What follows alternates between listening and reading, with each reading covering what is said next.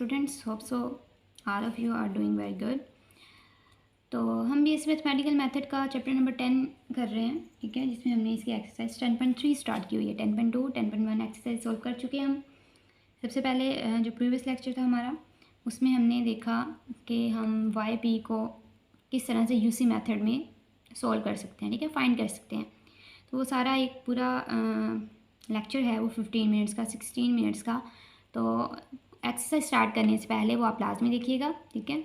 उसके वो जब तक आपको उसके कंसेप्ट क्लियर नहीं होंगे तब तक आप एक्सरसाइज इसकी स्टार्ट नहीं कर सकते, ठीक है, क्योंकि वाई सी जो है, जो कम्प्लीमेंट्री सॉल्यूशन है, वो तो सेम है एज प्रीवियस क्वेश्चन एक्सरसाइज, ठीक है। 10.2 और 10.1 में जिस तरह से हमने वाई सी फाइंड आउट किया है, सेम वैसे ही है, लेकिन जो वाई पी है वो वाई 2 में और था, ठीक है, लेकिन वाई 3 में डिफरेंट है, ठीक है, ये दोनों।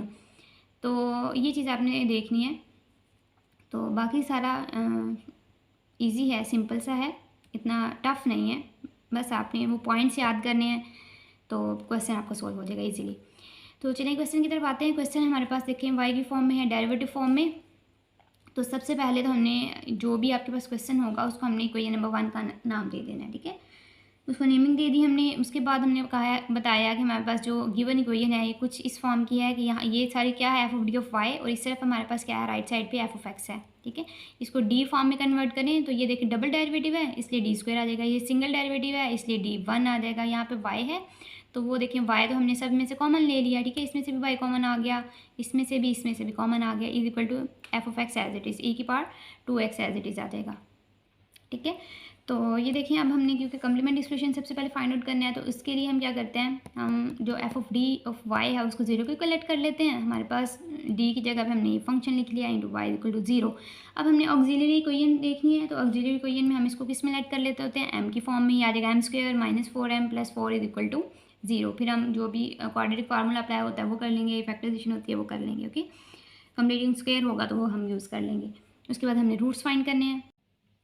जी तो स्टूडेंट्स ये देखिए हमारे पास ऑक्सिलरी इक्वेशन है, इसमें हमारे पास m square minus 4m plus 4 is equal to 0।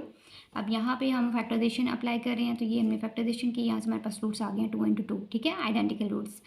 Factorisation आप लोगों को आती है, बहुत अच्छी तरह से आती होगी अब तो आप 9th 10th first second year से ये करते आ रहे हैं। उसके बाद 3rd ईयर में भी आपने फैक्टराइजेशन की ईजी, तो अब 4th ईयर में भी 10.1 में भी मैंने आपको करवाई थी, ठीक है, इसका मेथड बताया था, होप सो आप लोगों को आती हो।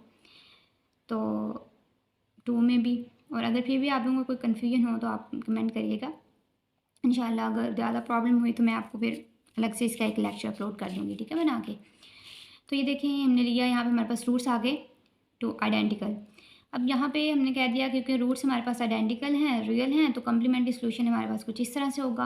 अब m की वैल्यू हमारे पास क्या है, 2 है, तो यहाँ पे हमने m की वैल्यू पुट कर दी 2, ठीक है। तो ये हमारे पास आ गया कम्प्लीमेंट्री सॉल्यूशन। अब बात आती है पर्टिकुलर सॉल्यूशन की, क्योंकि ये जो कम्प्लीमेंट्री सॉल्यूशन है ये सेम है जिस तरह से 10.1 में किया है, 10.2 में है, सेम मेथड है। तो इसकी तो आपको अभी तक अच्छी खासी प्रैक्टिस हो चुकी होगी आपकी, ठीक है, और साथ में मेरी भी। ओके तो स्टूडेंट्स अब हमने फाइंड करना है वाई पी। जी तो स्टूडेंट्स पर्टिकुलर सॉल्यूशन के लिए हमने लेट कर लिया, हमारे पास वाई पी कुछ इस फॉर्म में है। ये मैंने आपको बताया था कि जो x की पावर k है वो आपने हर क्वेश्चन में लिखना है, ठीक है। उसके बाद जो भी आपका फंक्शन होगा वो आपने फंक्शन लिखना है। जैसे हमारे पास फंक्शन एफ ऑफ एक्स जो था क्वेश्चन में वो था e की पावर 2x, ठीक है, तो इसलिए इसकी जगह पे हमने e की पावर 2x लिख लिया। और क्योंकि जब हमने इसका डेरिवेटिव लेना है तो कोई ना कोई कोफिशिएंट भी आएगा, जैसे इस e की पावर 2x का डेरिवेटिव लें तो 2e की पावर 2x आ जाएगा, ठीक है, इसका डेरिवेटिव हमारे पास आ जाएगा। देखिए आपको पता है कि हम पहले जो फंक्शन होता है एक्सपोनेंशियल वैल्यूज लिखते हैं, उसके बाद जो पावर होती है उसका डेरिवेटिव लेते हैं। तो पावर का डेरिवेटिव क्या आ जाना था 2, तो लिहाजा हमारे पास होल जो डेरिवेटिव आना था वो आ जाना था 2 इंटू ई की पावर 2x। अब ये कोफिशिएंट है, इस कोफिशिएंट की जगह पे हम कोई ना कोई कॉन्स्टेंट पुट कर देंगे। कॉन्स्टेंट चाहे वो आप ए ले सकते हैं, बी ले सकते हैं, सी डी, जो भी आपका दिल करे, ठीक है। तो यहाँ पर देखिए हमने लिख लिया। अब यहाँ पर सबसे पहले हमने फाइंड करना है के की वैल्यू। तो मैंने आपको बताया था कि अगर तो रूट्स आपके पास आइडेंटिकल हैं तो जो रूट्स होंगे वही आप इसका के की वैल्यू ले लेंगे। तो रूट्स हमारे पास 2 थे, ठीक है, आइडेंटिकल थे, इसलिए के की हमने वैल्यू ले ली 2।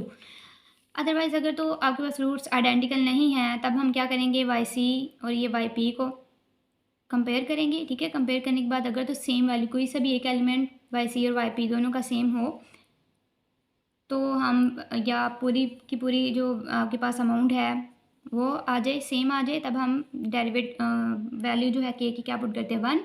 अगर कोई भी एलिमेंट सेम ना हो, ठीक है, तो फिर हम इसके के की वैल्यू क्या लेते हैं 0। सिर्फ ये इतना से, ये 2-3 पॉइंट्स हैं इसके, ठीक है। ये अगर तो आइडेंटिकल हो तो 2 वैल्यू वही आ जाएगी के की वैल्यू। और फिर अगर आपके पास आइडेंटिकल ना हो तो आपने वाई सी और वाई पी को कंपेयर करना है। कंपेयर करने के बाद अगर तो सारी की सारी आपके पास जो वैल्यू है, जो अमाउंट है, वो आपके पास आ गई है, सेम आ गई है, ठीक है, तो आपने के की वैल्यू 1 ले लेनी है। और अगर कोई एक एलिमेंट भी वाई पी का वाई सी से मिल रहा है, ठीक है, सेम है, तब भी आपने के की वैल्यू 1 लेनी है। अदरवाइज़ अगर कोई भी एलिमेंट वाई सी और वाई पी में सेम नहीं है, तब आपने वाई के की वैल्यू 0 पुट कर देनी है, ठीक है। सिंपल ये था इसके 3 पॉइंट्स। बाकी आप वो लेक्चर लाजमी देखिएगा, उसमें आपको जो भी कन्फ्यूजन होगी वो दूर हो जाएगी। यहाँ पे पुट कर दी, यहाँ पे आ जाएगा एक्स की पावर 2, वो आगे हमारे पास आ जाएगा ए इंटू ए की पावर 2x। इसको मल्टीप्लाई करें, y p is equal to a x square e की पावर 2x हमारे पास आ गया। ओके, अब ये वाली जो इक्वेशन है इसको भी हम नेमिंग दे लेते हैं। तो हमारे पास ये इक्वेशन है, फॉर एग्जांपल ये हमारे पास इक्वेशन नंबर है स्मॉल ए, ठीक है, स्मॉल ए, आप 2 दे दें, 3 दे दें, कुछ भी। अब यहाँ पर हमने क्या करना है, यहाँ पर हमने सबसे पहले इसका डेरिवेटिव लेना है, इक्वेशन नंबर ए का। जी तो स्टूडेंट्स ये देखिए अब डेरिवेटिव लेने लगे हैं। यहाँ पर देखिए हमारे पास 2 वेरिएबल हैं, एक एक्स में है, एक एक्सपोनेंशियल में है, ठीक है, एक पोलिनोमियल में है, एक एक्सपोनेंशियल में है। तो इसके लिए अगर 2 आपके पास वेरिएबल हों और मल्टीप्लाई हो रहे हों तो आप क्या यूज़ करते हैं, प्रोडक्ट रूल अप्लाई करते हैं उस पर, ठीक है, डेरिवेटिव जब लें। अगर तो वो डिवाइड हो रहे हों आपके पास 2 वेरिएबल, तब हम उसका क्वेश्चन रूल लेते हैं। अगर हमारे पास सिर्फ एक ही हो तो हम उस पर पावर रूल अप्लाई कर लेते हैं, सिंपल, ठीक है।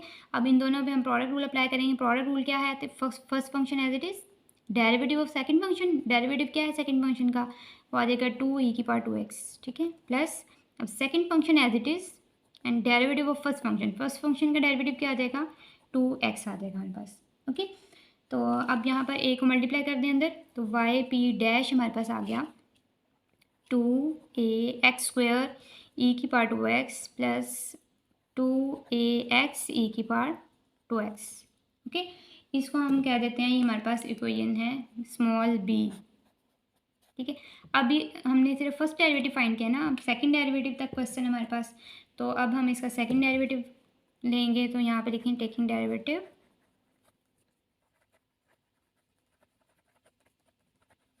ऑफ इक्वेशन b, ठीक है, क्योंकि ये फर्स्ट है ना, तो इसी का सेकंड डेरिवेटिव आएगा ना। अगर आप अगेन इसका लेंगे तो फिर आपको इसका 1 फाइंड करना पड़ेगा, फर्स्ट डेरिवेटिव फिर सेकंड डेरिवेटिव। तो इस तरह से नहीं करते, इस तरह से करते हैं हम, ठीक है। सेकंड डेरिवेटिव इसका करें, इसका सेकंड डेरिवेटिव हमारे पास क्या आ जाएगा, आप देखिए इसके ऊपर अलग से प्रोडक्ट रूल अप्लाई करेंगे, इसके ऊपर अलग से प्रोडक्ट रूल अप्लाई करेंगे, फिर 2a को अंदर मल्टीप्लाई कर देंगे।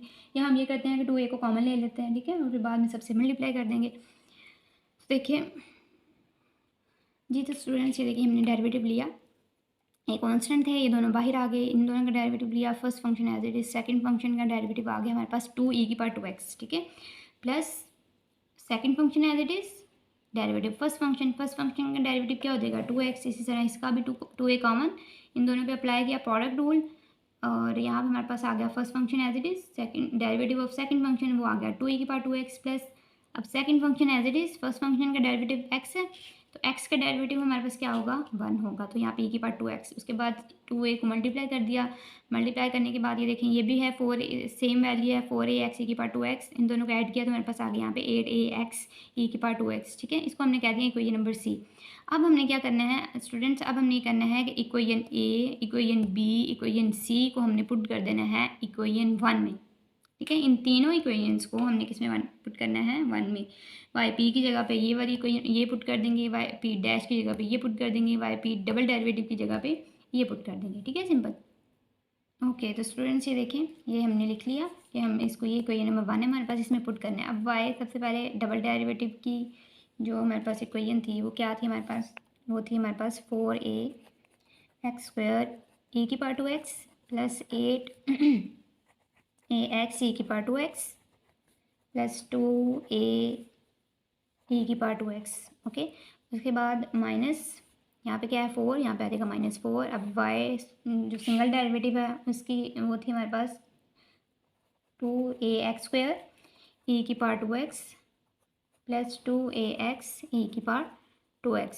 ओके, प्लस 4y है तो प्लस 4 एज इट इज़। अब y की जगह पे हमारे पास क्या था, y की जगह पे था हमारे पास ax² ई की power 2x is equal to, आगे जो फंक्शन आपके पास ई की पावर 2x है ये एज इट इज़ आ गया। ठीक है, आगे इन सबको मल्टीप्लाई करेंगे, सिंप्लीफाई करेंगे, जो कैंसिल होता है उनको कैंसिल आउट करके ए की वैल्यू फाइंड करेंगे हम। जी तो स्टूडेंट्स ये देखिए यहाँ पे हमने मल्टीप्लाई किया इन सबको, ये फॉर्म आ गई। अब ये देखिए ये -8ax ई की पावर 2x है, ये +8a x ई की पावर 2x है।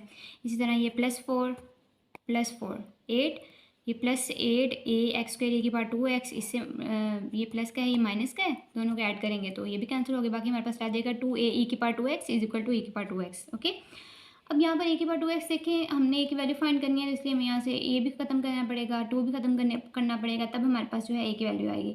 तो ये इधर मल्टीप्लाई हो रहा है, इस तरफ आके डिवाइड होगा तो हमारे पास यहाँ पे आ जाएगा 1, तो 2a की वैल्यू हमारे पास आ गई 1। अब यहाँ से 2 को भी हम खत्म करेंगे, कैंसिल करेंगे, तो ये 2 इधर मल्टीप्लाई हो रहा है, इस तरफ आके कर देगा डिवाइड, तो ये है हमारे पास ए की वैल्यू। ओके, अब ये ए की वैल्यू हमने पुट करनी है, पुट इन इक्वेशन ए का नाम दिया था ना स्मॉल ए,